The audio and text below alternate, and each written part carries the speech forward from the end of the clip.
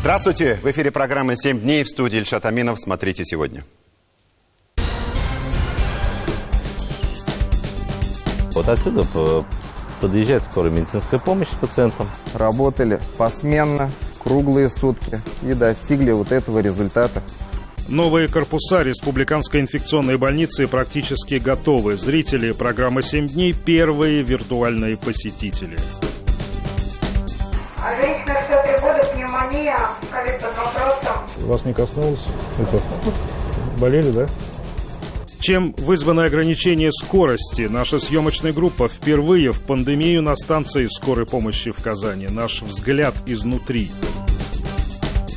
Я прошу вас быть осторожней по одной простой причине. Мы не знаем, что здесь может рухнуть и в какой момент.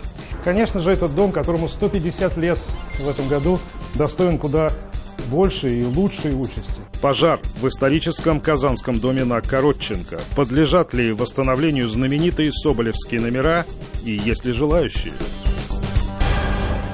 Вы знаете, и я, честно говоря, устал. От масок, перчаток, а больше всего от чувства постоянного напряжения. Когда после любого контакта нужно не забыть продезинфицировать руки. Когда невозможно нормально общаться с собственными родителями. Когда даже внука можно увидеть только через окно и нельзя подержать его на руках. Когда анализы нужно сдавать минимум раз в неделю. Когда каждое утро слушаешь доклад руководителей подразделений о состоянии здоровья сотрудников. И любое ОРЗ становится чрезвычайным происшествием. Все это не добавляет оптимизма.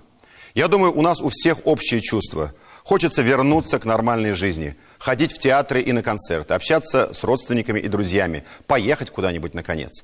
И главное, пока нет даже предположительных сроков, когда все это закончится. Так не хочется верить, что мир никогда не будет прежним, беззаботным, легким на контакты, с массовыми праздниками, олимпиадами, октоберфестами, бразильскими карнавалами и выставками тюльпанов в Голландии. Все становится виртуальным. Но я заметил, что виртуальный мир стремительно убивает в нас все человеческое. Потому что там в сети нет никаких норм приличий, практически нет ограничений, которых нельзя обойти. Много анонимной грязи, агрессии и пошлости. Страшно представить, какими вырастут наши дети и внуки, если они основную часть своей жизни будут проводить в интернете. Учиться онлайн, общаться онлайн, дружить и любить онлайн.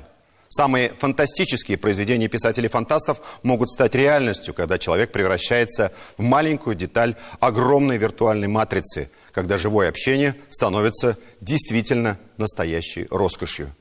Есть, правда, одна положительная сторона сегодняшней ситуации. Мы начали осознавать, что мы потеряли.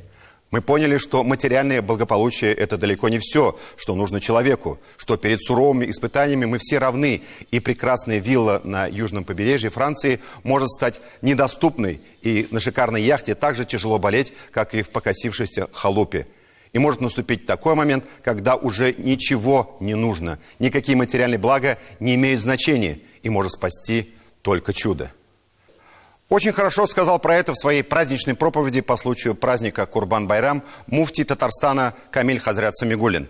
Он сказал, можно заставить за деньги служить себе тысячи людей, но нельзя купить настоящие человеческие отношения. Дружбу, любовь, сострадание. Можно построить роскошный дворец и окружить себя сотнями охранников, но нельзя купить покой и душевную гармонию в этом дворце. Можно купить самые изысканные явства земли, но нельзя купить аппетит. Можно купить лучших докторов и самые дорогие лекарства, но нельзя купить здоровье. Жизненные трудности – это испытание, сказал муфти Татарстана Камиль Хазрят. Всевышний создает нам преграды для того, чтобы мы смогли извлечь из этого урок и, пройдя эти испытания, смогли укрепить свою веру и достичь счастья. Вы спросите, а в чем же секрет счастья? Вера дает ответ. Конечно, не в материальном благополучии, а в том, чтобы делать добро другим людям. В этом, на мой взгляд, и главный смысл праздника Курбан-Байрам. Отрешение от материального во имя духовного, помощь нуждающимся, отрицание насилия и принуждения. «Мы проливаем кровь животных», — сказал муфти Татарстана, чтобы не проливалась кровь человеческая. Золотые слова истинного мудреца. Мы начинаем нашу программу с праздника, потому что души наши истосковались по празднику. И хочется верить, что все будет хорошо. Тимур Бекмурзин о том, каким в этом году был Курбан-Байрам.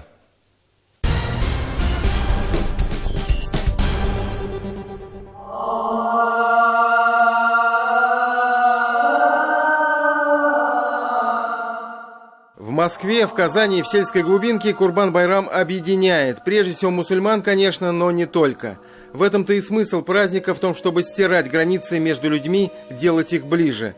Неважно, какой ты национальности, профессии, достатка. В этом плане религиозный храм – место идеальное. Здесь все вместе, все рядом. И банкир, и учитель, и обеспеченный, и малоимущий, и профессор, и сельский труженик. Единственное, что в этот раз могло помешать планам татарстанцев отметить Курбан, как полагается, так это пресловутая пандемия. Вирус отступает, но он не ушел окончательно, поэтому есть требования безопасности, которые соблюдать просто необходимо. А так... Мечеть открыта, маску надел, перчатки надел, коврик взял, все, барашки готовы. Еще одно пожелание – все молитвы проводить по возможности на открытом воздухе. А если внутри мечети, то с соблюдением всех норм и правил. А это маска, перчатки, социальная дистанция, ограничение по количеству верующих на единицу площади. Все эти меры были соблюдены в Галеевской мечети, где гаят-намаз совершили вместе с другими прихожанами Рустам Миниханов и Азгат Сафаров. А праздничную проповедь провел муфтий Татарстана Камиль Хазрат Самигулин. Кызганыч, йогышлы шир таралганлыктан быел дин тотучылар хаҗга бара алмадылар. Шулай да әлеге четерекле сынау шартларында Курбан бәйрәменә хас булган шафкатьлелеккә, мехербанлылыкка омтылыш рухы һич кимеми, киресенчә көчәя генә бара. Все в этом мире делается по воле Всевышнего, еще раз напоминали прихожанам имам Хатыбы. И как еще одно доказательство этого, практически идеальная погода во время проведения гаят-намаза. Хотя до этого были не слишком радужные прогнозы, обещали сильный дождь и даже град. Однако имам Хатыб мечети Альт-Марджани Мансур Хазрат Джаляледдин был спокоен. Говорит, на его памяти не было такого, чтобы в гаят-намаз погода портилась. Да, дождь говорили, но я верил, что не будет дождя, и альхамдулилля, дождя нет. Верил, что не будет. Потому что, как если вы замечали, Гаитта всегда погода хорошая. Потом она может портиться. Бог един, Бог один, и все, что говорится в святых писаниях, в других книгах, они, конечно, учат только хорошим, если мы имеем конституцию, которая нам гласит право поведения, а это вот эта конституция нашей души. Курбан-Байрам – один из двух самых главных, самых почитаемых праздников среди мусульман, и в этом году он выпал на 31 июля. Здесь, в мечети Казан-Нуры, он проходит со всеми обычаями, традициями. Конечно, пандемия внесла свои коррективы, запреты, ограничения. Но какой может быть запрет на то, чтобы отметить этот праздник у себя в душе, поделиться светлыми мыслями, добрыми поступками, радостью? В этом и есть глубинный смысл Курбан-Байрам. Душевный такой, вот это объединяет людей. Здесь чувство, совсем хорошее чувство бывает, потому что люди праздничные. Казан-Нуры – одна из тех площадок в день Курбан-Байрам, где духовно ближе к друг другу становятся все. Люди не только разных профессий, но и стран. Вот и гость Казани из Таджикистана, уважаемый Саид Иманхан Эчанов. От Аллаха просить, что все везде спокойно было, везде. Люди друг друга уважали, дружно жили. А это наши братья-мусульмане из Индонезии, студенты Казанского федерального, Фикри Султан и Фики Султан, братья-близнецы. Рассказывают нам, как этот праздник проходит на их родине. Курбан-Байрам похоже на Индонезию, тоже как это. В мечети у нас собирается, и там есть намаз вместе. А у нас в Индонезии там 7 раз, да? Аллаху Акбар, а здесь, не знаю, там 5. Меньше, да. Доброта и радость, светлые мысли и поступки – вот что нас объединяет в этот светлый праздник Курбан-Байрам. Жертвоприношение – это ритуал, традиция, но главный смысл праздника, конечно, не в этом, вернее, не только в этом. Курбан учит нас быть добрее, благочестивее, а значит, ближе к Аллаху. Праздник учит нас делиться своей радостью прежде всего, но и делиться своим достатком и имуществом с теми, кто в силу разных причин этим достатком не располагает. Радость делиться, что может быть ценнее и приятнее, говорили нам сами мусульмане. Вообще, когда лично возишь, это совсем другое, потому что ты видишь этих людей, видишь их радость тому, что как бы у них появится мясо, потому что видно, что эти люди мясо почти не кушают. Прям даже со слезами на глазах иногда. И вот сам там даже как бы на душе становится такое ощущение, что вот как бы, неужели есть такие люди? Мы их не видим, потому что они сами не будут просить. Но вот благодаря этим спискам каких-то там в интернете опубликован, ты с этим сталкиваешься и понимаешь, что насколько ты, на самом деле, как бы в этом мире должен быть благодарен Всевышнему за то, что у тебя есть.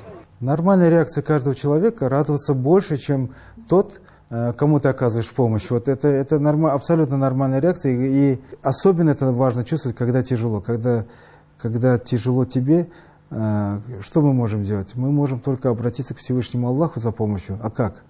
Только обратив внимание на того, кому еще тяжелее, чем тебе. Поэтому вот если мы всю энергию свою направим на помощь ближнему, то, безусловно, Аллах тоже откроет нам дорогу и начнет оказывать помощь. Конечно, если хочешь прочувствовать настоящий татарский колорит праздника, лучше его встретить с лучами солнца в сельской глубинке. Вот где чтят традиции, передают их из поколения в поколение. Альберт Валидов, хотя давно живет и работает в Казани, Корбан встречает обязательно на малой родине в Атнинском районе. По традиции праздник собирает вместе как минимум 3 поколения Валидовых. И пусть с годами суть Корбан-Байрам, его обряды не меняются, от этого он не становится менее значимым, по-домашнему теплым и вкусным. Сначала посещение мечети и намаз, после обязательно праздничный стол, украшением которого станут неизменные татарские блинчики, приготовленные в печи. Мы вот с утра, как мужчины уходят в мечеть, мы начинаем готовить блины к их приходу. А в течение дня уж традиционные татарские блюда: чпшма, кабардма. Часть пойдет как по-татарски ашут керебес, часть как бы нуждающимся, ну, часть соседям, друзьям. И еще одна, можно сказать, святая традиция, и Валидовой следует ей неукоснительно. Нужно приглашать и угощать в этот день всех – друзей, родственников, соседей, поэтому двери дома держат открытыми. В этом и смысл Корбан. Поэтому, видимо, праздник продолжается не 1 день, а минимум 3 дня, чтобы можно было охватить добрыми помыслами и делами как можно больше людей. Этому способствует и благотворительный фонд «Закат» при Духовном управлении мусульман. В дни Корбан волонтеры фонда раздают жертвенное мясо всем, кто в нем нуждается.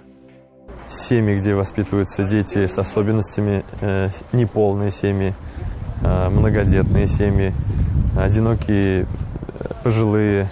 Одно из наших правил в работе – мы не делим людей по вероисповеданию, по какой-то национальной, конфессиональной принадлежности.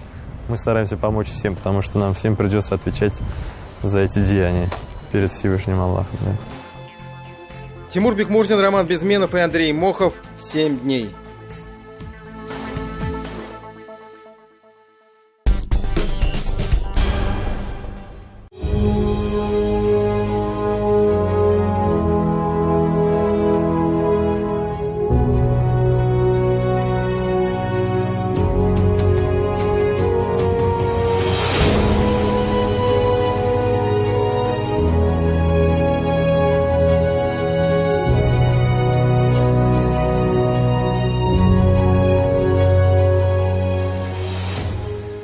Совсем недавно это строительство примером для всей страны назвал председатель правительства России Михаил Мишустин. Президент республики Рустам Минниханов, несомненно, также гордится этой стройкой. Ведь мы только что видели ролик из его личного инстаграма. Новые корпуса Республиканской клинической инфекционной больницы практически достроены. 15 тысяч квадратных метров менее чем за 100 дней. Строительство, я напомню, началось в самом конце апреля. И это не какой-то временный шатер, это капитальное здание, новый дом для медиков инфекционной больницы, которого они ждали, надо сказать, давно уже. Проект полностью республиканский. Все, от финансирования до строителей наше. И знаете, это ведь не просто некое строение возвести. 500 миллиарда потрачено только на то, чтобы оснастить больницу всем необходимым. Проект надо было разработать так, чтобы учесть все пожелания медиков. И я вас уверяю, что этих пожеланий было почти 1000. А ведь на все это нужно время. Что хочется сказать? Говорят, люди следуют своим желаниям, и только передовые умы ставят перед собой цели. Можно ли было не строить эту больницу? Можно было. Можно было обойтись, как во многих регионах, временными сооружениями. Это если жить только днем сегодняшним и не думать о том, что будет завтра. Но мы знаем, какое решение было принято президентом Татарстана Рустамом Миннихановым. И сегодня это действительно пример для страны. Не только само здание, цель и ее воплощение. Вот это пример. До открытия новых корпусов остаются считанные дни. Сегодня мы с вами будем первыми их посетителями. Экскурсию нам проведет Диляра Юсупова.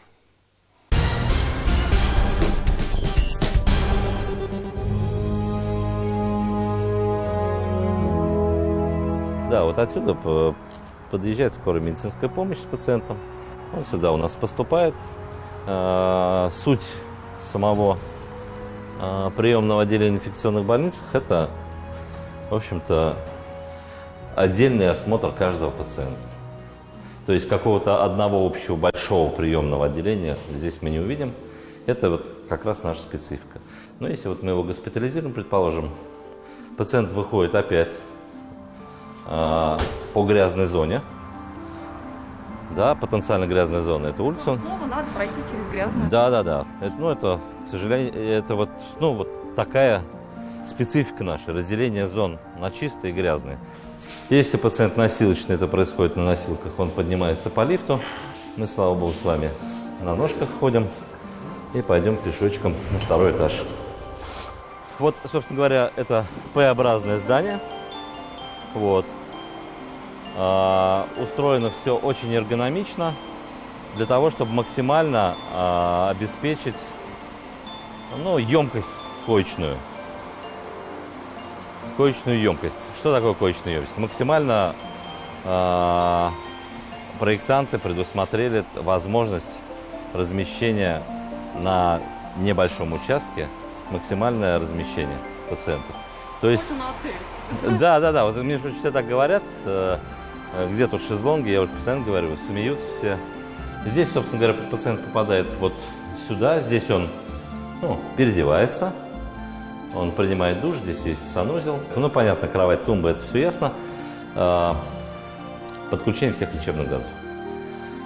Да, мы знаем, что для нашей патологии инфекционные газы очень нужны, особенно кислород, сжатый воздух. В любом боксе можно подключить аппарат ИВЛ. Что из такого интересного, которое не бывает в других больницах? Это передаточные боксы. Передаточные боксы отсюда, вот он сквозной, можете его отснять. Там обеззараживающая лампа есть внутри. С чистой зоны передаются сюда питание и медикаменты. Одновременно эти дверки открыться не могут, то есть они поочередно. То есть, грубо, здесь пациент потенциально опасный, у него инфекционное заболевание, сюда инфекция попасть не может. Все вот эти разделенные потоки, грязное снаружи, чистое внутри, собственно, предотвращает распространение инфекции внутри уже учреждения. Вот это, собственно говоря, нюансы архитектуры вот этого здания. Мы сизолировали пациента. Он потенциально не опасен для медиков, находясь там. Он потенциально не опасен для других пациентов. Это очень важно. Когда поступил в инфекционную больницу, еще с одним пришел, еще с другим пошел. Вот здесь соблюдено все. Больница рассчитана на 232 койки. Проектная мощность. Но развернуться может при необходимости, если потребуется, практически до 500 коек.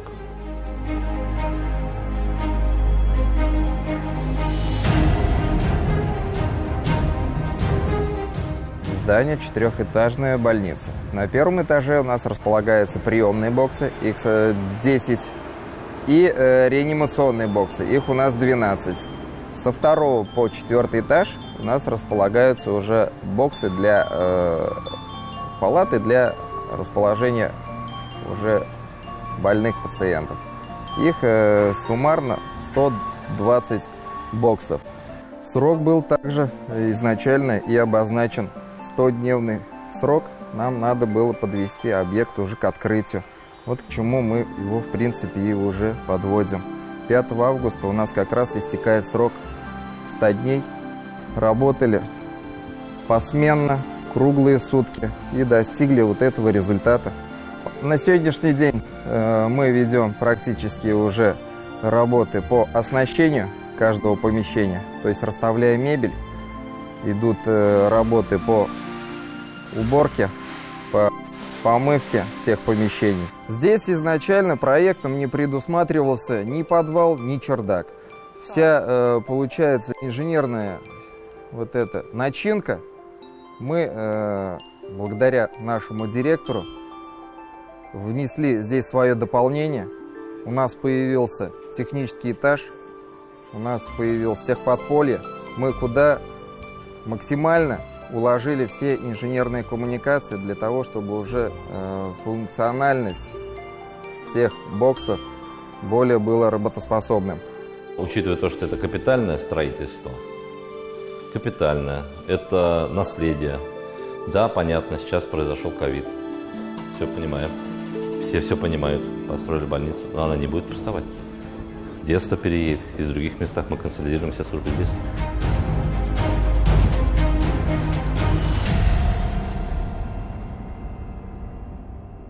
Конечно, к концу апреля, к тому моменту, когда началось возведение новых корпусов инфекционной больницы, многим уже стало ясно, что коронавирус – это черный лебедь. Так называется теорию, которую разработал американский писатель-эссеист, риск-менеджер Насим Николас Талеб. Согласно этой теории, черный лебедь – это событие, которого нельзя было ожидать и к которому невозможно было подготовиться, но которое может оказать очень сильное влияние на многих людей. Объясню на примере. Как обычно бывает, вы строите дом и рассчитываете его фундамент, стену, крышу, исходя из того, каковы природные условия вашей местности хотя бы за последние 100 лет. Японец будет рассчитывать на землетрясение, а житель России будет иметь в виду довольно сильные шквалистые ветра и холода, которые случаются в нашей полосе. Но когда-нибудь просчитаются и тот, и другой. Очень сильное землетрясение может разрушить японский домик, а небывалый для наших мест ураган снесет крышу. Это просто пример. Мы никогда не готовы ко всему. Мы обычно готовы лишь к тому, что уже бывало. И мы по природе своей настолько верим, что ничего другого уже просто быть не может, что сходу начинаем отрицать все новое и еще непознанное. Вот о чем теория черного лебедя. Сколько больниц сегодня работают с больными коронавирусной инфекцией? Десятки по республике. Госпитали, как мы уже показывали на прошлой неделе, открыты даже в небольших городах. Зачем столько больниц? Зачем новая инфекционная больница в Казани? Спросит человек. Затем, чтобы предотвратить катастрофу, скажем мы. Так ведь никакой катастрофы нет, скажет человек. Так потому и нет, что мы ее предотвращаем, скажем мы. Я вам не верю, скажет человек. Вы запугали нас и недостойны уважения. Да ради Бога, скажем мы. Тот, кто предотвращает катастрофу, тот, кто избегает потерь, никогда не считается героем, потому что результат слабо виден и может быть понят далеко не всеми. Мы уже как-то говорили в самом начале этой эпидемии, одни потом будут верить, что мир спасен, а другие, что мир обманули. На деле каждый сегодня на своем месте, врач в красной зоне, строитель инфекционной больницы, все они спасают этот мир. Мы уже не ставим себе целью только лишь справиться с эпидемией. Мы должны быть готовы к тому, что мы вообще не сможем с ней справиться. И научимся, как говорится, жить вместе. Как сказал один киногерой, если не знаешь, чего хочешь, умрешь в куче того, чего не хотел. Врачи и сотрудники скорой помощи, вот они, невидимые герои, которых мало кто из нас вообще считает героями. А ведь все эти месяцы они на передовой, на самом что ни на есть острие. Вопрос, они были готовы к тому, что произошло? Нет. Или спросим так, они могли подготовиться лучше? Вряд ли. Весь мир оказался беспомощным перед лицом этой угрозы. Количество бригад скорой помощи на миллионный город – это алгоритм, заданный в благополучные времена. В миллионном городе никогда не будет 300 бригад, потому что никогда еще не было такой нужды. Перегрузки, с которыми столкнулись на станции скорой помощи в Казани, были несравнимы в этом году ни с чем. Сегодня мы впервые покажем вам наглядно, насколько тяжело им приходилось и приходится до сих пор. Эти цифры еще нигде никогда не публиковались. Они помогут нам многое понять. Вот посмотрите, это количество вызовов на станцию скорой, начиная с марта. Март. 72 790 звонков. Много. Почти 2500 в день. Апрель. Посмотрите, какое снижение. Это период изоляции. Всего 56 700 звонков. Идем дальше. Май. Резкий скачок. 80 тысяч. Абсолютный рекорд для мая. И тут же июнь. Еще выше. 82 тысячи. И только в июле ситуация хоть немного выправляется и 69 тысяч звонков. А теперь давайте синим цветом нарисуем точно такую же кривую, только это будут цифры за прошлый год. Посмотрите, как разительно они отличаются, эти графики. В 2019 году кривая уже не столь кривая, 65, 68, 60, 65 тысяч по месяцам. И вот 2020. Видно, как влияет изоляция на обращение в скорую. Спад в апреле и резкий скачок в мае, сразу после снятия ограничений. Естественно, эти перепады не могли не сказаться на работе скорой помощи. Вы скажете, ну и что? Это их работа. Но надо знать, что ресурсы не безграничны, а это был и есть тот самый черный лебедь. Сказать, что работникам скорой помощи приходилось очень туго вот в эти месяцы, ничего не сказать. И вот еще что. Мы все дружно забываем, сотрудники скорой помощи тоже люди, а не роботы. И они тоже болеют, и они тоже подвержены риску, намного большему, чем мы с вами. Давайте посмотрим на эту эпидемию глазами сотрудников скорой помощи и попробуем понять их, вникнуть в специфику нынешней тяжелой работы. На станцию скорой помощи отправился Михаил Любимов.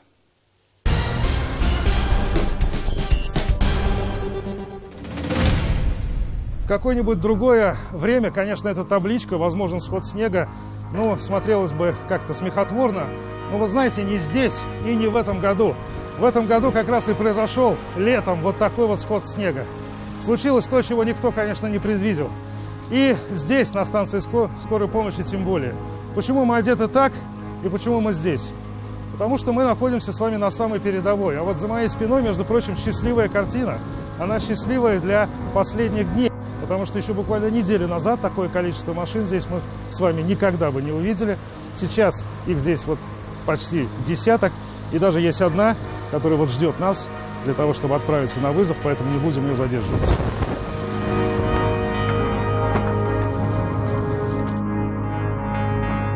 В работе сотрудников скорой помощи ничего обычного, конечно, быть не может по определению, но этот выезд бригады все-таки необычен и непривычен даже несколько. Чтобы понять, чем же он так удивителен, нам придется вернуться на станцию и на несколько месяцев назад.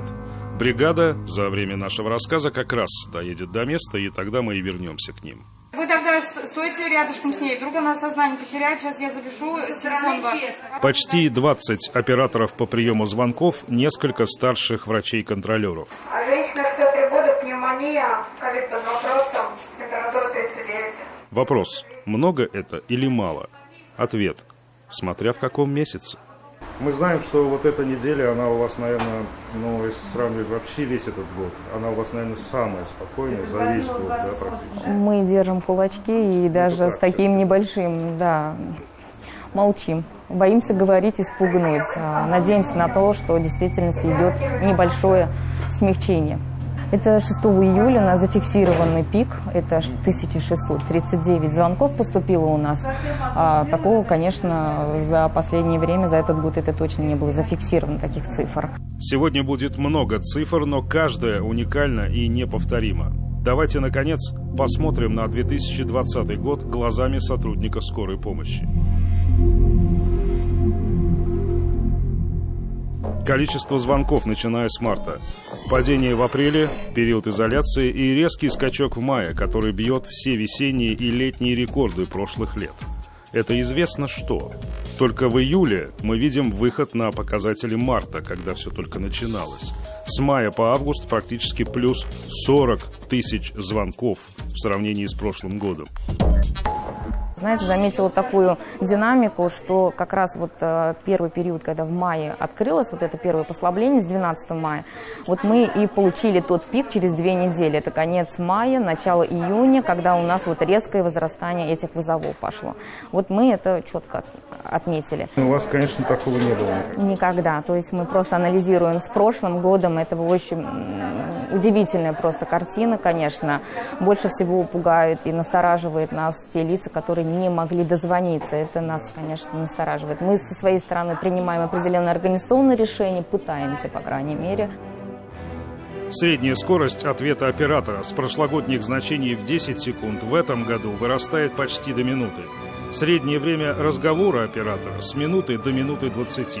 А вот это просто наотмашь. Ожидание вызова. Сколько люди ждали ответа оператора максимум? Показатель с 9 почти минут в марте подскакивает до 40 практически минут в июне. И снова июльский спад. Но какой? Целых 20 минут. Смотрим дальше. Среднее время ожидания бригады. Сколько в среднем люди ждали скорую помощь? В прошлом году 26 минут, в этом вдвое дольше, 55 минут. Наконец, еще две показательные цифры. Своевременность выполнения вызовов. 77% в прошлом году, 55% в этом. Не будем забывать, что это средние цифры. За полгода это значит, что даже показатель в 55%, он хоть и верен, но слишком усреднен. Эту цифру, наверное, если так разбивать на составляющие, то в среднем, конечно, будет куда меньше, чем 55. Ну, конечно, если брать средний 55, это значит, когда-то было какие-то месяцы или часы это было 80, а когда-то это было и 30. Это было практически до трети доходило даже, да, бывало? Ну, своевременность падала. Это значит, что в некоторые уже теплые дни этого года скорая помощь Казани была лишь на треть столь же скорой, как раньше. Как так получилось? Они не справились? Они могли справиться? Давайте вспомним, какие очереди из скорых вплоть до последних дней июля мы наблюдали возле множества работающих на ковид больниц. Они называют это межбольничными перевозками. Минимум 2, максимум 10 часов в очередях, а потом наверняка снова в путь и с тем же пациентом уже в другой госпиталь. Сколько времени они тратят на то, что не слишком им свойственно, кстати, по определению. Официально в 5 раз больше времени. Неофициально можно лишь догадываться. Это первое. Второе. Операторы по приему звонков, они люди. Они живут в том же социуме, что и мы все. Они тоже болеют. В операторских станциях скорой помощи и сегодня не все. Кто-то еще на больничном. И по ним прошлась пандемия. Доходило до того, что операторов уже просто некем было заменить. Люди болели тоже. Да, у нас, к сожалению, такая ситуация была в июне. Это для нас был очень такой тяжелый месяц, когда в действительности практически сидело 5-6 человек из фельдшеров, которые принимали вызова. Для нас это было критично, и благодарю волонтеров КГМУ, университета, академии, колледж, которые нам помогли. Вы сажали вот студентов с утра. Да, волонтеров. Это медики, которые закончили. Линию. Да. Естественно, после определенного инструктажа. И третье. Врачи, фельдшера, водители, санитары, все те, кто на передовой. Каково было им? Есть число. 162. 162 сотрудника скорой помощи переболели ковидом с мая по август. Переболели еще не все. 138 выздоровели, 1 человек умер. 120 фельдшеров, 24 врача, 16 водителей и 1 санитар. Заменить такое количество профессионалов невозможно. Что же мы видим?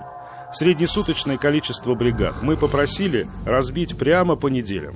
С 23 марта по 26 июля.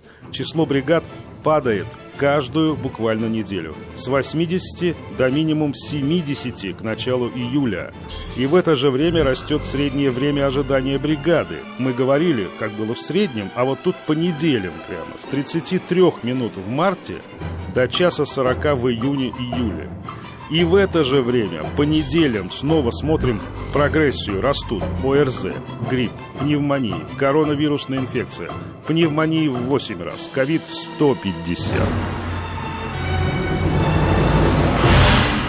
Но вернемся вот к этому числу бригад на 5 июля. 70. 70. Это, увы, даже не количество полностью боеспособных бригад. Бригада скорой помощи – это 3 человека. Водитель, фельдшер, врач. В мае и июне до 1,5 десятков бригад скорой помощи состояли из 2 человек. На серьезные вызовы такую бригаду не пошлешь. Она, скорее всего, пополнит те самые очереди в ковидные больницы Казани. Ну, на вызова у нас, согласно приказу, естественно, это требование, это укомплектоваться 2 сотрудниками должно быть. То есть, поэтому и статистика такая, что у нас от положенного 80 бригад достигало до 70 бригад в сутки формировались. Даже и 80-то ведь мало на наш миллионный город. Количество бригад на миллионный город должно быть 1 на 10 тысяч. Сейчас у нас в Казани 1 255 000. То есть для комфортной работы скорой помощи, скажем так, в докоронавирусную эпопею, докоронавирусные времена, нам надо было 125 бригад. ОПБ-1 на вызов, ОПБ-1, фельдшер Каримов. Вот чем необычен и не совсем привычен тот вызов, на который мы отправились в самом начале. Ведь бригада скорой помощи состоит из 3 человек. То, что надо, а не то, что есть и то, что было. Многие уже вернулись оттуда, откуда возвращаются не все. Вас не коснулось это? Болели, да? И таких коллег ваших было в достаточном количестве, конечно. Много. Этим врачам мы редко говорим спасибо и уж, конечно, имеем свое мнение насчет того, кто чьи жалобы выслушивать должен. Однако думается, что то, что понято, оправдано. Наверное, и без того. Многие уж догадывались, что в домино врачи и водители в скорой помощи давно не играют. Ну, в нашей эпидобстановке и такой ситуации в этих комнатах они, конечно, редко бывали. Нет, практически вообще безвылазно приходилось. Ну, сейчас мы тут особо никого не видим. Потому что все, да, или на мойке, или, соответственно, да. Будем терпеливы к ним так же, как они сегодня терпеливы к нам. Вспомним, наконец, о том, что такое скорая помощь. Ведь это помощь экстренная. Но они продолжают терпеливо выслушивать наши жалобы на небольшую температуру, кашель и чихание. Это не их профиль. Их профиль – это ножевые, ДТП, инфаркты, инсульты. Но они продолжают слышать нас. Возможно, самые сложные месяцы уже позади. Но уроки все при нас. И этот опыт уже не заметешь стыдливо под коврик. На что жалуетесь? Задайте, наконец, им этот вопрос. Но пусть хоть что-то будет сейчас своевременно.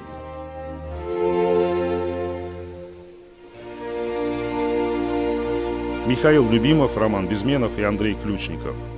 7 дней. Хотелось бы, наверное, проговорить это еще раз. Скорая помощь – это экстренная медицинская служба.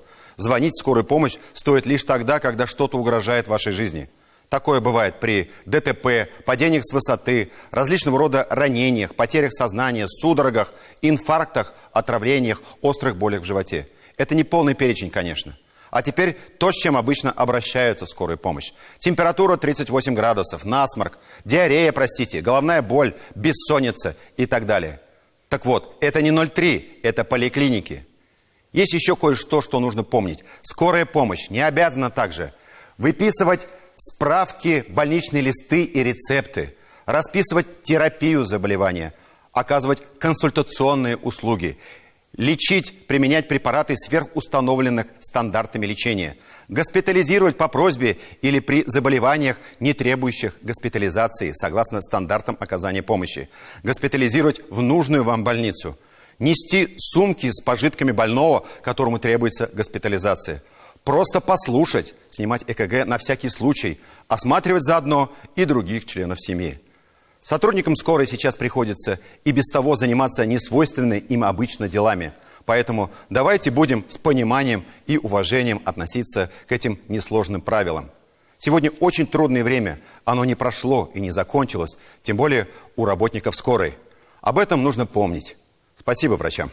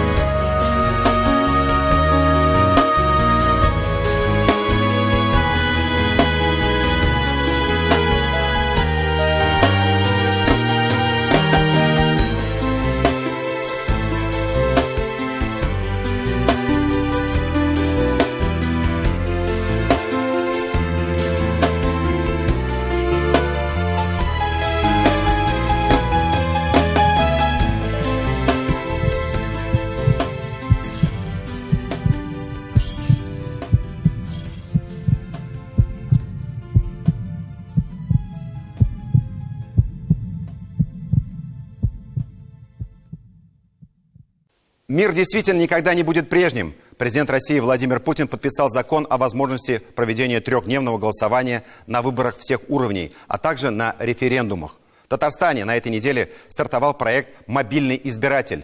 Территориальные избирательные комиссии с четверга начали принимать заявления от граждан, которые в день выборов собираются голосовать не по месту регистрации. Как он работает? Если вы живете фактически в одном месте, а голосовать хотите в другом, для этого вам необходимо подать заявление в одном из офисов МФЦ, либо в одной из территориальных избирательных комиссий, либо оставить это заявление на едином портале государственных услуг. Ну вот хрестоматийный пример, который приводит ЦИК. Вы работаете в Казани, а прописаны, скажем, в Лаишевском районе. Проголосовать вы сможете именно в Казани. Обратим ваше внимание, система эта не касается муниципальных выборов. В том же Лаишевском районе муниципальные выборы тоже будут проходить. Они пройдут во всех районах. И голосовать на них можно только по прописке. Муниципальные выборы вообще проводятся раз в 5 лет. В Татарстане это будет уже 4-я избирательная кампания, начиная с 2005 года. Помимо этого, 13 сентября в Татарстане также выберут президента республики, депутата Госдумы России и депутата Госсовета. Выборы начнутся 11 сентября и продлятся 3 дня. Что уже сегодня важно знать о голосовании, расскажет Диляра Юсупова.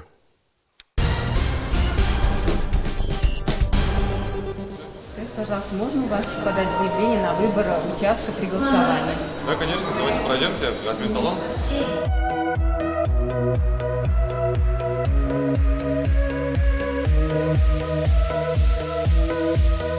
Сейчас мы попробуем вот зарегистрироваться на заявку, да, через электронный терминал. Куда нажимать? Выборы. Вот сейчас, да, мы вводим фамилию, ввели данные и нажимаем распечатать, получить талон. ИК-002. Номер ИК-2. Пройдите. Как нужно? 40. Избиратель действительно мобильный. В МФЦ обещают, если вы пришли сюда выбрать участок для голосования, вас практически обслужат без очереди. И действительно, спустя минуту мы первые. Прием заявлений стартовал в четверг.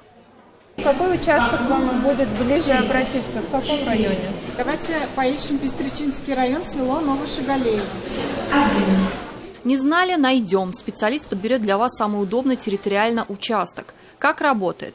Вбиваются данные, выдается отрывной талон с номером участка. Вся процедура занимает не больше 7 минут. Для кого? Для тех, кто собирается отдать свой голос не по месту прописки, а по месту нахождения, в связи с работой, проживанием или просто поездкой за город. Для обращения гражданину нужно иметь именно паспорт гражданина РФ для удостоверения своей личности. Также у него должна быть прописка именно по Республике Татарстан. Я проживаю в Казани по прописке по паспорту, но мне удобнее голосовать в Пестричинском районе, так как в выходные дни я бываю там.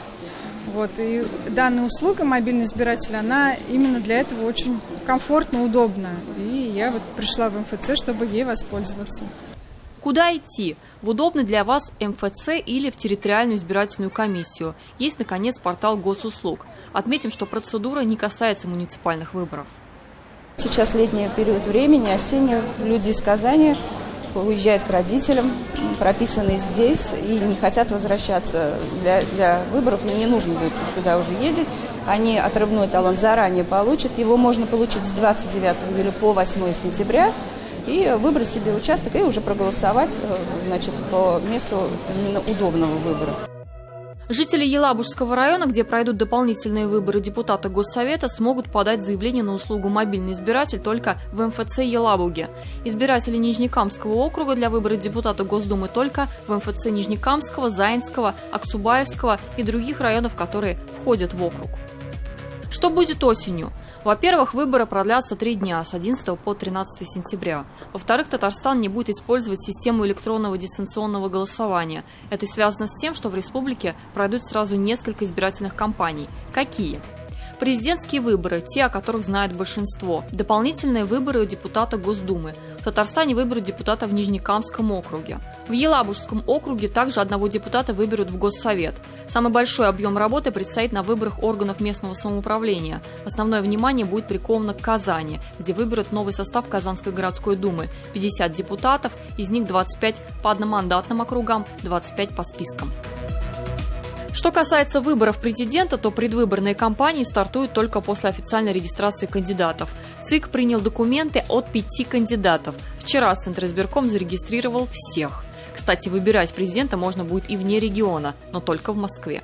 В Москве будут расположены 30 цифровых избирательных участков. Вы также можете сделать заявление и в дни голосования голосовать в Москве. Только надо четко помнить, что в Москве вам выдадут бюллетень для голосования за президента Республики Татарстан. Если вы живете в Нижнекамском округе, то вы сможете проголосовать и за депутата Государственной Думы Федерального собрания. И если вы живете в Елабужском округе, то также в Москве вы сможете проголосовать за депутата Государственного совета Республики Татарстан. Итак, президентские выборы. До недавнего времени официально зарегистрирован был только один кандидат – действующий глава республики Рустам Минниханов. 1 августа Центризбирком принял решение о регистрации еще 4 кандидатов. До выборы в Госдуму России по Нижнекамскому округу. ЦИК зарегистрировал 6 кандидатов из 7, выдвинутых политическими партиями. Участие принимают представители ЛДПР, Справедливой России, Единой России, КПРФ, член партии Коммунисты России и Коммунистической партии социальной справедливости.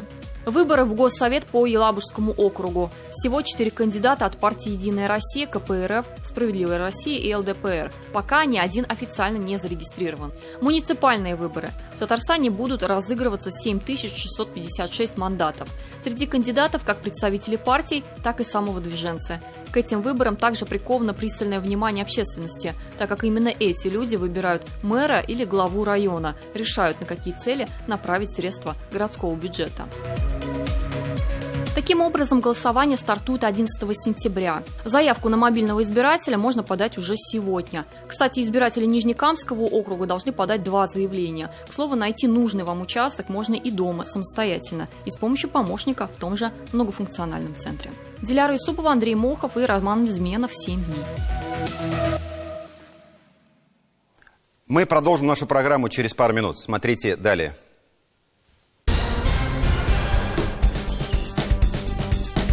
Я прошу вас быть осторожней по одной простой причине. Мы не знаем, что здесь может рухнуть и в какой момент. Конечно же, этот дом, которому 150 лет в этом году, достоин куда большей и лучшей участи. Пожар в историческом казанском доме на Коротченко. Подлежат ли восстановлению знаменитые соболевские номера и есть ли желающие?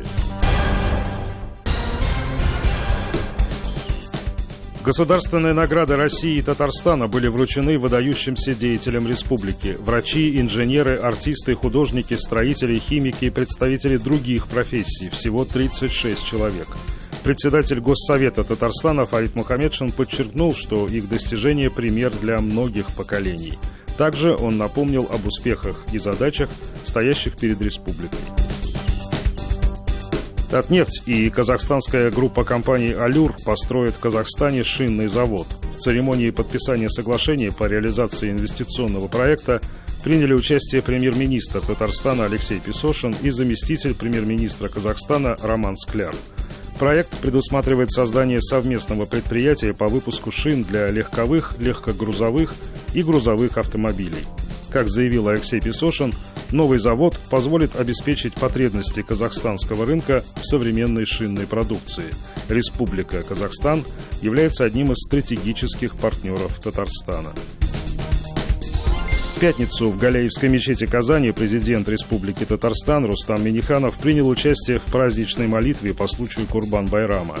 Она прошла согласно требованиям Роспотребнадзора с участием минимального числа людей. При посещении мечети все верующие надели маски и перчатки, соблюдали социальную дистанцию. Перед началом традиционной проповеди муфтий республики Камиль Хазрат Самигуллин зачитал поздравления от имени президента республики, затем состоялась праздничная молитва. Всех верующих с праздником Курбан-Байрам поздравил и президент России Владимир Путин. В поздравлении говорится: этот значимый для каждого мусульманина религиозный праздник является символом верности, высоким духовным идеалом благочестия, справедливости и милосердия. любви к ближнему, которые лежат в основе священного Корана. Владимир Путин отметил весомый вклад мусульман России в сохранение культурного многообразия страны, а также укрепление межнационального согласия в обществе. В Татарстане объявлен конкурс комбайнеров на грант президента Республики Татарстан. Учреждены 200 премий по 100 тысяч рублей. Об этом сообщили на республиканском совещании в Доме правительства. Его провел в режиме видеоконференции премьер-министр республики Алексей Песошин. Как отметили на совещании, в целом все районы уже готовы к уборке урожая. Также прозвучал отчет и по строительству. По программам жилищного строительства за полгода введено в эксплуатацию более 1,5 миллиона квадратных метров жилья. Это половина от намеченного плана. На этой неделе в субботу исполнилось бы 50 лет со дня рождения Айрата Назиповича Хайруллина, предпринимателя, депутата Госдумы от Татарстана. Айрат Хайруллин родился 1 августа 1970 года в Казани. Погиб 7 февраля этого года в Лаишевском районе республики в результате падения вертолета. Помним.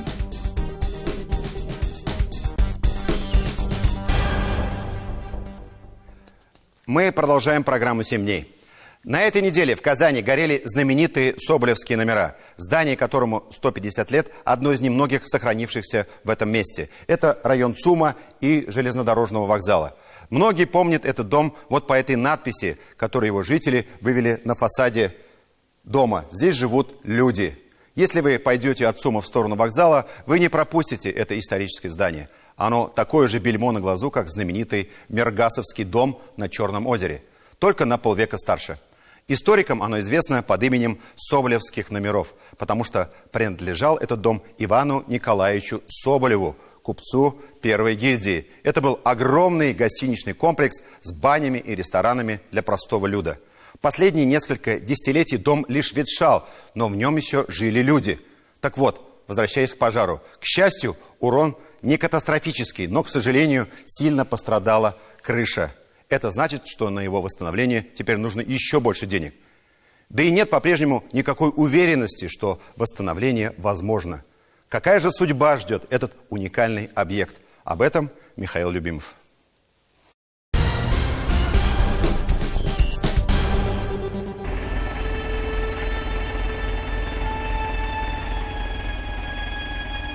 Этот дом полыхал так, как может полыхать, наверное, наше чувство национальной гордости. Оно тлеет до поры до времени, но раскалится от малейшей искры. Кто высекал эти искры?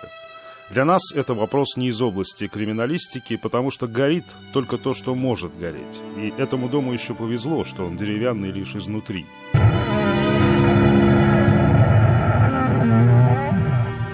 Находиться здесь, внутри, сегодня вдвойне небезопасно и вдвойне совестно даже.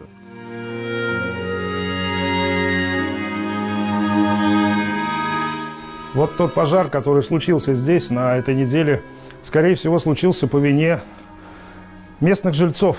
Учитывая то, что жильцов официальных здесь нет уже с 2018 года, вот уже 2 года как, мы полагаем, что он случился по вине жильцов неофициальных. Вы понимаете, о чем я говорю. И мы сегодня с вами еще не раз встретим этих персонажей. То есть вряд ли этот пожар был бы здесь, кому-то выгоден. Возможно, он мог бы быть выгоден вот самому дому. Но вот посмотрите, в каком он находится состоянии. Самому дому. И нам кажется, и нам стоит сегодня использовать вот эту ситуацию для того, чтобы еще раз напомнить об этом доме, еще раз поговорить о нем и сказать, что, конечно же, этот дом, которому 150 лет в этом году, достоин куда большей и лучшей участи. А пожар здесь, как видите, и в прямом, и в переносном смысле, он буквально повсюду.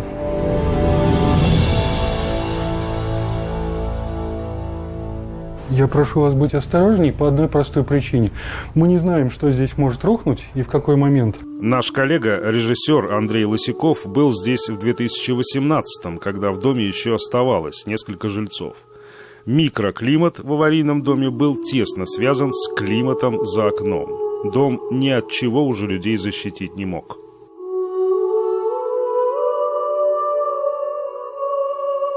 А вот это как раз была та самая кухня. на которой постоянно горел газ. Это была та самая кухня. Вот здесь я снимал. И, собственно, вот прямо сейчас под вами сырые доски, под которыми ничего нет. И у них постоянно круглосуточно горел газ, у них постоянно текла вода, потому что если они ее закрывают, то она замерзает, да, зимой. У них было по 7 градусов тепла в квартире. В этом здании все еще живут люди. Это здесь на кухне. А у меня в комнате вообще 7 градусов тепла было. Из года в год нам говорят в начале года, что выделены средства на расселение нашего аварийного дома. К концу года, то есть мы весь год ждем, собирают различные документы, ходят различные комиссии, делают замеры, перезамеры. К концу года нам говорят, средств нет, извините. Одета и сплю я вот здесь вот. Окна все закрыты. Притащил сюда телевизор. И теперь я живу вот в 6 метрах. А плачу 2500. И когда шла универсиада, даже вот люди, проходящие иностранцы, спрашивали у меня, что в этом доме люди живут? А что мы скажем? Да, живут, мы сказали. Да, живут. И они зашли и посмотрели, как мы живем. Стыдно, стыдно очень. Они говорят, такой красивый город. Людям официально предлагалось снести или реконструировать жилье за свой счет. Да. Приходил в негодность дом и приходили в негодность люди. Это отдельная история, но так или иначе их выселили отсюда. Однако не зря говорят, что дом стоит не на земле, а на людях. Развороченные внутренности дома, наверное, уже никогда не спасти. А нынешние обитатели этих темниц далеки от реальности и долгосрочных планов. А вы сколько здесь будете жить-то? Скоро, через месяц-два, холода начнутся. А куда пойдете?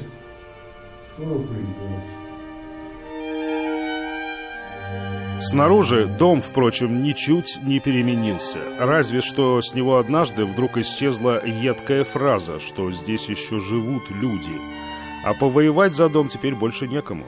Так и стоит он, беззубый, обезглавленный уже теперь, всеми своими выбитыми глазницами, взирающий на 3 сразу улицы: Коротченко, Саидгалеева, Яхина. На перекрестке 2 последних улиц, на месте, где сейчас, напротив вокзала, вот этот отель, когда-то ведь тоже был этот дом.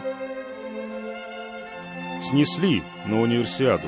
Городу нужнее были отели. А ведь когда-то это и был отель, соболевские номера, дешевая гостиница купца Ивана Соболева для непритязательных клиентов. Хрестоматийный доходный дом, даже очень доходный.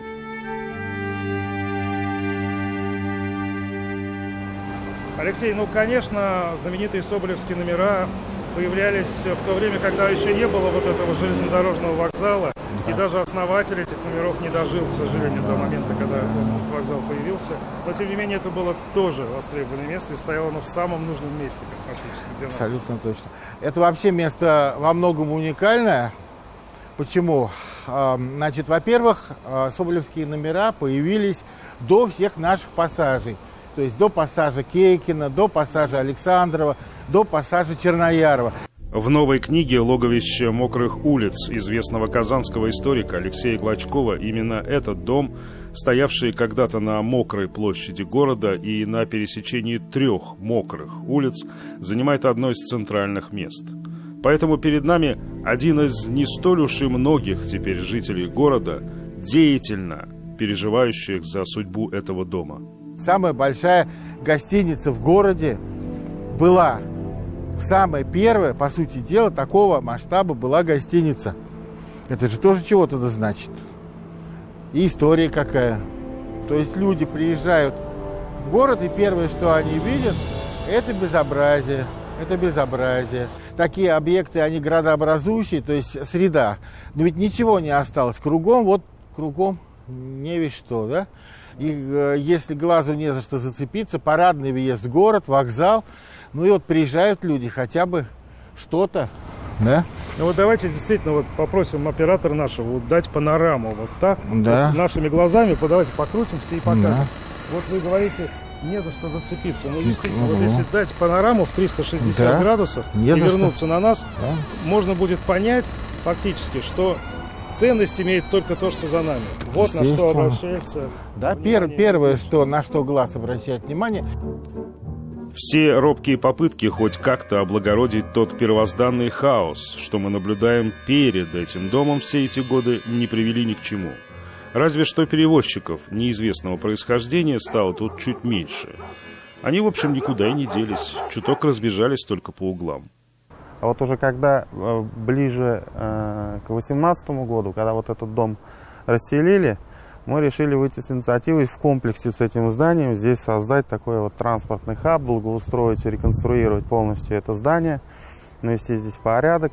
Казанский предприниматель Булат Хуснуллин вот уже, наверное, с десяток лет живет идеей создания здесь мини-автовокзала. Близость к железной дороге, конечно, только подстегивает идею. Вот этот бардак, который здесь постоянно, и вот как вы себе представляете, как это может выглядеть, да? Это некий остановочный павильон, который вы тоже даже готовы сделать за свой счет. Готовы полностью. Мы даже вплоть готовы вот прямо до конца квартала всю улицу Короченко благоустроить. Безуспешно там пытались вести какие-то переговоры с исполкомом, в том числе через аппарат президента мы неоднократно обращались. Ничего не вышло, абсолютно никаких сдвигов не было. Но самое-то удивительное в том, что предприниматели готовы вложиться и в реставрацию самого дома. Речь пока о 300 миллионах рублей. И снова это по замыслу гостиничные номера. Но переписка с исполкомом длится вот уже 6 лет, автовокзал на этом месте не предусмотрен генпланом, а сам дом – это ценный градоформирующий объект, и с ним все тоже непросто. В общем, со скрипом, как водится.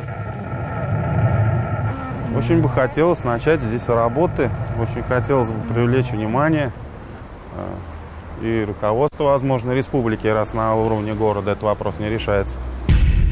Сверху это видно очень хорошо. Дом тяжело болен. И это чудеса, что еще есть в городе желающие реанимировать этого больного. Ведь никакой пожар еще не прошел. И здесь по-прежнему полыхает наше чувство национальной гордости. Горит синим пламенем. Это здание, к сожалению, оно разрушается. Сейчас тут нет кровли, вода будет попадать, там будет гниение.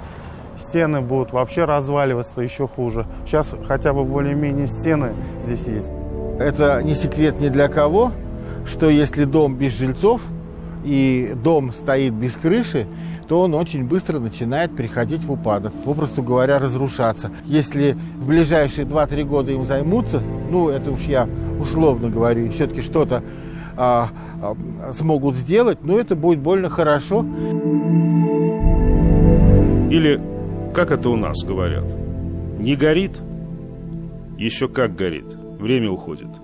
Михаил Любимов и Андрей Ключников. 7 дней.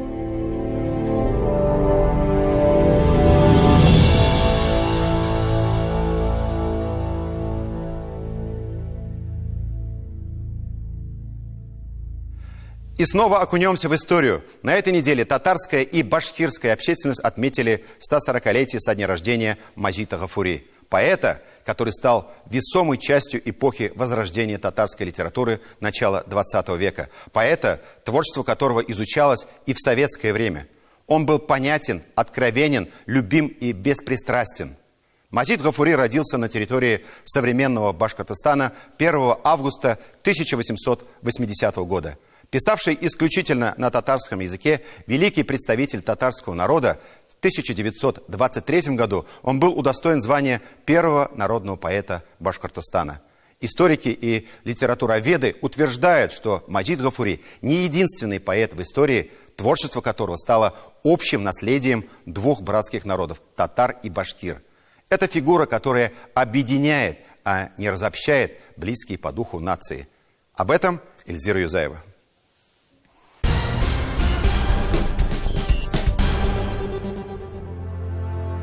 Начало 20 века по праву считается золотым периодом для новой татарской национальной литературы. Габдулла Тукай, Фатих Амирхан, Галимджан Ибрагимов, Карим Тинчурин, Тази Гизат. В 1902 году на писательском небосклоне зажигается новое имя – имя Маджида Гафури.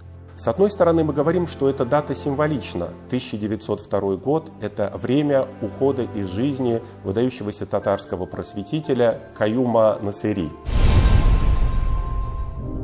И именно в это время дебютирует Маджид Гафури. Появляются первые его стихотворения, первые его прозаические произведения. Кем же был Маджид Гафури? Почему же так мало о нем известно? И как так получилось, что единомышленник, соратник и современник Тукая долгое время оставался в тени? Возможно, ответы на эти вопросы кроются в обстоятельствах, которые повлияли на судьбу его творческого наследия. Он родился на территории современного Башкортостана, в семье учителя сельского медресе. В 1905 году молодой поэт впервые приезжает в Казань. Здесь он знакомится с представителями передовой татарской интеллигенции. В дореволюционных издательствах Казани, Оренбурга и Уфы увидит свет около десятка его поэтических книг. После революции он был признан как писатель-реалист, показавший беспощадную картину мира. Вот одно из ранних стихотворений Маджида Гафури называется «Европа-Азия». Это стихотворение построено в форме диалога между Европой и Азией. И с точки зрения современного читателя, это стихотворение имеет антиевропоцентристскую направленность. Он выходит далеко за пределы татарского мира. Его волнуют вопросы колониальной политики европейских государств по отношению к восточным народам, положение мусульманских народов в мире. Во многих своих стихотворениях Маджид Гафури ставит вопрос о судьбе татарского языка. Все его творчество пронизано этим служением нации. Безусловно, тут возникает вопрос, какова же была его литературная национальная идентичность. Халмашино, это 1905 год, и он там прямо подписывается, что «Шигыр яздыр Абдельмаджид ибн Татар». То есть это стихотворение написал Абдельмаджид, сын татарского народа. Да? Харисов Ахнаф Ибрагимович, ну, кстати, тоже татарского происхождения, но тем не менее он один из крупнейших литературоведов и языковедов башкирского языка. И вот он замечательно, по-моему, написал, что Гафури – это писатель одноязычный, он писал на татарском языке, но одновременно служил двум народам – татарам и башкирам. В 1910 году Маджид Гафури пишет стихотворение «Если отрежут твой язык». Это стихотворение, оно связано с событиями в Государственной Думе, когда ряд депутатов высказали инициативы, ограничивающие возможности изучения родного языка. И Маджид Гафури, он не остается в стороне. Он в данном случае активно выступает в своем творчестве в защиту татарского языка. С особым трепетом Маджид Гафури, как и большинство его современников, относился к творчеству Тукая. Он не просто боготворил его, он пытался понять и разгадать феномен его популярности. Он искал встречи с ним, и она состоялась. Тукай был уже сильно болен и все же согласился увидеться с молодым и многообещающим поэтом, слог которого был ему так близок и понятен. По легенде, они согласились на том, что они организуют встречу в каком-нибудь там чайной или кафе. И вот, поскольку денег не было, у Маджида Гафури ему пришлось даже продать свою зимнюю шубу, чтобы встретить Тукая, как полагается у татар, да, встречать дорогого гостя. Маджид Гафури произвел на Тукая неизгладимое впечатление. Честный, открытый, интеллигентный, его критическую поэзию и реалистичную прозу будут сравнивать с Некрасовым и Горьким. В августе 1928 года в Казань приезжает сам Максим Горький. На встрече с татарскими писателями, увидев Гафури, он сходу заявит: «Я вас слыхал, так что я вас давно знаю». Если мы вспомним, Некрасов был голосом русского крестьянства считался, то Маджида Гафури по праву можно назвать голосом простого татарского народа. Гафури всю свою сознательную жизнь прожил в Уфе, но работал в татарских газетах и оставался преданным Казани. Часто приезжал в Татарию, чтобы здесь издавать свои большие произведения. Так, либретто к опере «Эще» он написал специально для Татарского академического театра. Работа по переводу произведений Маджида Гафури развернулась в советское время. Однако многие его неизданные произведения, статьи, газетные и журнальные вырезки, личная переписка с Галимжаном Ибрагимовым, Фатыхом Амирханом, Зарифом Башири еще долгое время будут оставаться в личном архиве писателя в Уфе. Многие его стихи, написанные в советское время, подверглись цензуре. К примеру, стихотворение «Татар байрага» «Знамя татар» не вошло в знаменитое 4-томное издание, которое, кстати, было выпущено в Казани. Шушы татарның язмышын, Россия ішіндегі язмышын ул үзенчәлекле итеп биргән. Мин бу әсәрне керттем, үз урынында урнаштырдым һәм нәшриятка ул язманы төшеп киткәчтен нәшриятта карадылар да, юк, бусы ярамый, татар байрагын алып ташларга кирәк диделәр. В 40-е годы прошлого века сотрудник отдела рукописи и текстологии Вали Хазиев с целью изучения творческого наследия Маджида Гафури направляется в Уфу. По возвращению в Казань он принимает сына Маджида Гафури Анвара Гафури, который привозит с собой целый чемодан с бесценным наследием великого татарского поэта. Отец завещал передать это именно Татарстану. Передавая вот эти материалы сотрудникам ИЯЛИ, он сказал, что все произведения отец писал на татарском языке, и ни одно произведение здесь не написано на башкирском, и поэтому он завещал после своей смерти все это перевести в Казань на хранение в одно из научных учреждений. Маджид Гафури в 1923 году был удостоен звания первого народного поэта Башкортостана. В Уфе работает музей Маджида Гафури. В Казани проводятся поэтические вечера поэта. Его называют классиком татаро-башкирской литературы. Его именем названы улицы в 2 республиканских столицах. Но Маджид Гафури был и остается истинным татарином башкирской земли. Эльзира Юзаева и Андрей Кузьмин. 7 дней. На этом у нас все. Всех еще раз с праздником Курбан-Байрам. Кылган дугаларыгызны, бергән садакаларыгызны, чалган курбаннарыгызны кабул итсен. Пусть Всевышний услышит наши молитвы, примет наши жертвы и подаяния. До свидания, до новых встреч.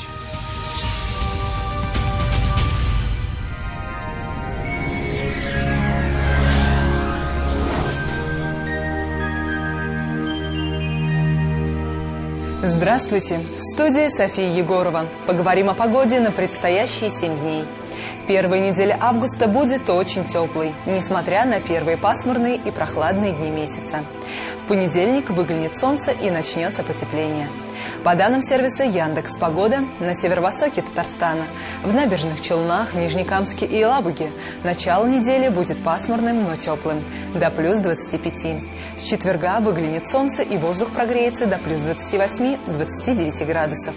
На юго-востоке Татарстана, в Бугульме, Бавлах и Азнакаево аналогично, с четверга станет значительно теплее. Осадки не прогнозируются. В центральных районах республики понедельник встретит жителей пасмурным небом до плюс 22. В среду станет теплее, плюс 28 градусов. На юго-западе республики в понедельник возможны дожди, плюс 22, но уже со вторника дожди не прогнозируются, будет очень тепло, до плюс 29. На северо-западе республики, а также в Казани, почти всю неделю будет светить яркое солнце. Осадки не ожидаются. В четверг воздух прогреется до плюс 30. Более подробный прогноз погоды смотрите ежедневно на ТНВ. До свидания.